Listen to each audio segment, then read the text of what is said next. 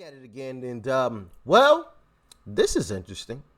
Like, share, comment, hit that subscribe button if you are new, and I'm not gonna waste your time. Let's dive in. Hello and welcome back. First, it was BLM going belly up, and now there are serious concerns that America's top racism guru has squandered tens of millions of dollars. Dr. Ibram X. Kendi has made a fortune lecturing white liberals on how hateful they are, thanks to his best-selling 2019 book, How to Be Anti-Racist. Watch.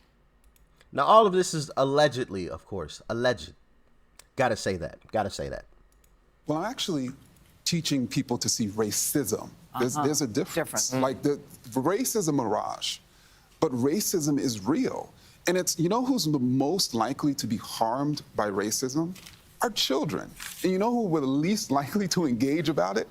Our children. Our children. You know, that's what's really propelling me to do this work. Oh, that... The most likely to be affected by it are children. How? And this isn't me being, a smart behind. Y'all know what I wanted to say. I'm just honestly curious. The most affected are kids? How? I'm just confused. I'm lost. Like, yeah, we all know kids can be cruel to each other, but I don't think any of them are racist per se. Kids are just cruel. They just say whatever, you know? So I'm just honestly curious what he meant by that. If anybody can explain that one to me, please let me know, okay? Because I am confused. He's really doing the Lord's work. After the death of George Floyd, Boston University hired Dr. Kendi as a professor and allowed him to raise tens of millions of dollars to start an anti-racist center, a research center. Well, that was a huge mistake. The college has launched an inquiry into the center over the allegations of financial mismanagement. It has only produced 2 research papers since it started and just had to lay off half the staff. A former employee describes Dr. Kendi as some sort of power-drunk tyrant. One professor who works there is asking, what happened to the money? Quote, it's pretty hard for me to imagine. They blew through $30 million in 2 years. Shouldn't be hard for you to imagine when you consider the whole BLM situation. They allegedly blew through, what was it, 90 million? I'm just saying. So, no, because I think they gave like 20 million to some cause or something, allegedly. But the rest, the other 70, allegedly got blown through. So, is it really that shocking? I don't think so. But, I digress. Have reached out to Dr. Kendi for comment. We have not heard back. That's very surprising.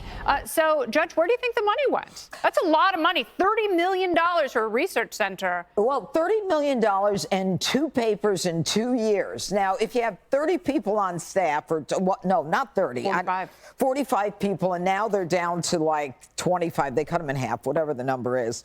So you didn't pay them that $30 million. So it's either embezzlement, some kind of fraud, or, it is, being used for something we don't know about. And the sad part about this is that it's disappointing that all the money that was raised in the aftermath of George Floyd, whether it's by BLM or by this gentleman, was not used for those in the inner city, for those who needed it the most, for young kids, for education. For this guy who, is apparently an egomaniac who comes out and says, I got 2 papers and I know everything there is to know about what's going on. And the problem is that with BLM and with this, and with the destruction that happened after George Floyd, the neighborhoods and the businesses and the communities, the precedent is there now. Everybody knows that you can burn down buildings and neighborhoods and businesses if you're upset about it, and there won't be any consequences to you. And, this guy, he's a disappointment, and he lectures us on what's wrong with our culture. I'm sorry, I just found that funny. Oh, man. But, this is the same guy. I can't remember if I actually made a video on this or a YouTube short, but I do remember coming across this clip. And when I saw this alleged scandal was going down, I remembered it.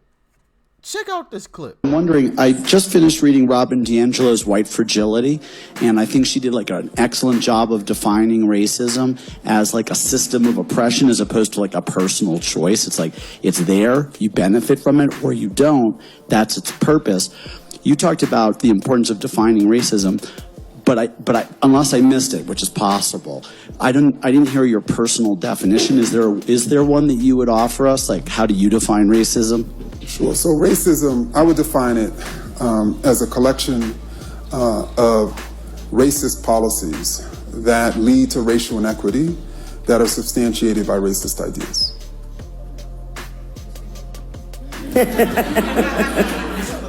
Sure. A collection of racist policies that lead to racial inequity that are substantiated by racist ideas. And anti-racism is pretty simple, using the same terms. Anti-racism is a collection of anti-racist policies leading to racial, anybody want to take a guess? Equity that are substantiated by anti-racist ideas.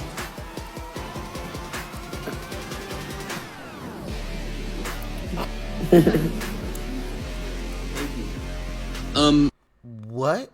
Can anybody explain what that actually means? Because I know I sure can't.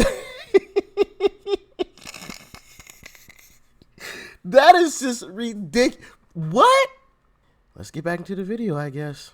In reality, it's what's wrong with him. Yeah, and you had a lot of people who were working at the center who really looked up to him and wanted to continue the work that he had started. And they're his most vocal critics, saying that he is an authoritarian, he is abusive, and there are a lot of redundancies there, and they have no idea where the money went. So are people being racist, questioning the good doctor? Oh, I hadn't even heard that, which is a nice break from the usual conversation about these things. And he says that they're moving to a, quote, fellowship model. We'll see how that goes. Just like hobbits. Things like this happen in higher education too often. And, you know, people who are critics of them always say, well, the money could have been spent this way. And this happens on both sides, right? You have your pet projects or your ideas that you think are more important. So you say, well, we could have taken that $30 million and we could have done this. And I wish that there was infinite money that we could make sure that we eradicate all problems facing us in society.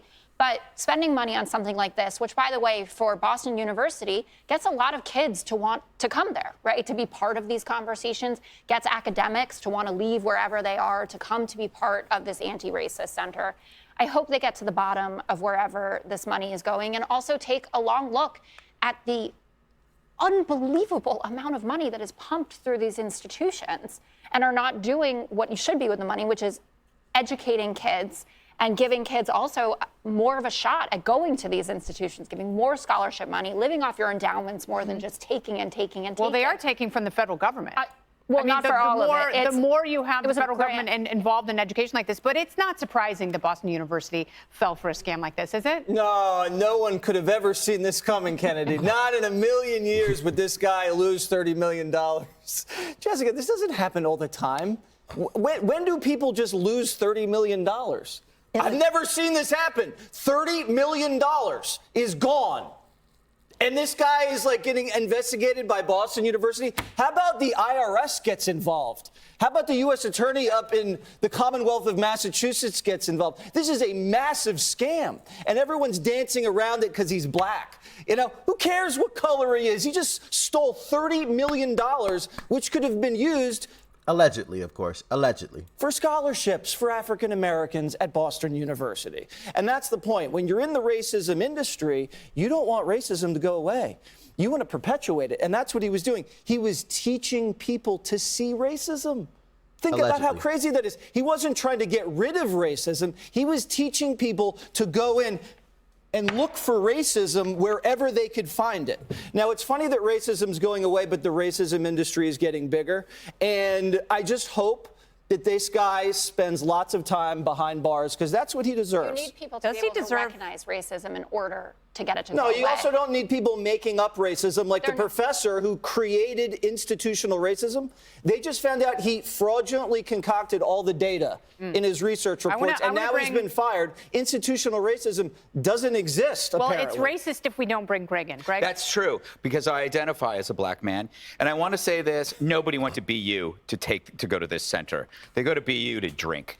And you don't no parent wants their kid to be educated by this nonsense, this dreck. However, I got to give him credit. It's a great scam. He married the accusations of racism to not funding his escapades. Because if BLM taught us anything besides how to riot, it's that there are millions of white virtue signaling folks ready and eager to part with their money so they won't be called racist. It's a great scam.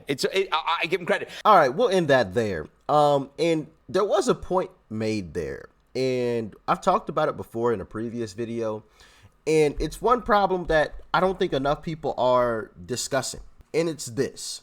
When you have a group of individuals who are making money off of a problem that they are allegedly trying to fix, I feel like that creates a conflict of interest for this one reason. For example, some of these people who are tasked with getting rid of homelessness, right? I can't remember exactly which, I think it was like homelessness in California or something that we were talking about in the video. But when you're tasked with this and you're getting paid hundreds of thousands of dollars a year to take care of this issue, well, you have an incentive to do the bare minimum and make sure that the problem continues, right? Because of that check. I get it. I'm not mad at the folks, really. It's a fault of this broken system that we have with trying to take care of some of these problems.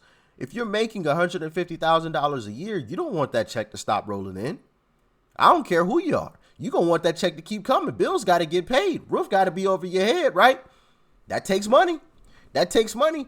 And you know, if you actually fix the problem, if you actually solve it, that jeopardizes your check. I'm not saying that, you know, the workers in these situations, you know, that's in the front of their mind every day, but possibly, you know, the subconscious is there. And, you know, I don't know, but what do y'all think? It's the same situation I see with this. If you fix, or you feel like you fixed racism, right? If you stop talking about it and move on, well then, guess what stops rolling in?